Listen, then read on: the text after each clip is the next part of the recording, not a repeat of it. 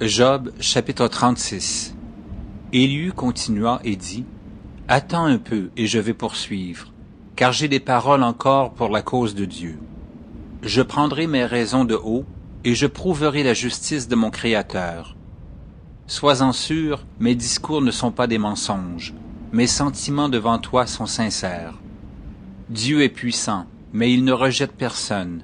Il est puissant par la force de son intelligence. Il ne laisse pas vivre le méchant, et il fait droit aux malheureux. Il ne détourne pas les yeux de dessus les justes, il les place sur le trône avec les rois, il les y fait asseoir pour toujours, afin qu'ils soient élevés. Viennent-ils à tomber dans les chaînes? Sont-ils pris dans les liens de l'adversité? Il leur dénonce leurs œuvres, leurs transgressions, leur orgueil, il les avertit pour leur instruction, il les exhorte à se détourner de l'iniquité. S'ils écoutent et se soumettent, il achève leurs jours dans le bonheur, leurs années dans la joie. S'ils n'écoutent pas, ils périssent par le glaive, ils expirent dans leurs aveuglements.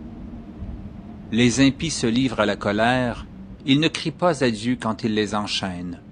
Ils perdent la vie dans leur jeunesse, ils meurent comme les débauchés.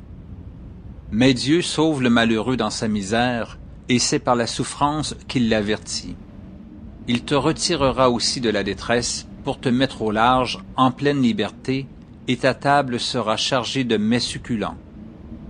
Mais si tu défends ta cause comme un impie, le châtiment est inséparable de ta cause. Que l'irritation ne t'entraîne pas à la moquerie, et que la grandeur de la rançon ne te fasse pas dévier.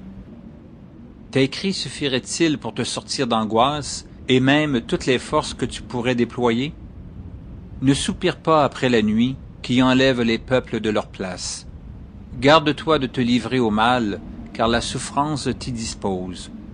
Dieu est grand par sa puissance. Qui saurait enseigner comme lui? Qui lui prescrit ses voies? Qui ose dire « tu fais mal » ? Souviens-toi d'exalter ses œuvres, que célèbrent tous les hommes. Tout homme les contemple, chacun les voit de loin. Dieu est grand, mais sa grandeur nous échappe. Le nombre de ses années est impénétrable. Il attire à lui les gouttes d'eau, il les réduit en vapeur et forme la pluie. Les nuages la laissent couler, ils la répandent sur la foule des hommes. Et qui comprendra le déchirement de la nuée, le fracas de sa tente? Voici, il étend autour de lui sa lumière, et il se cache jusque dans les profondeurs de la mer.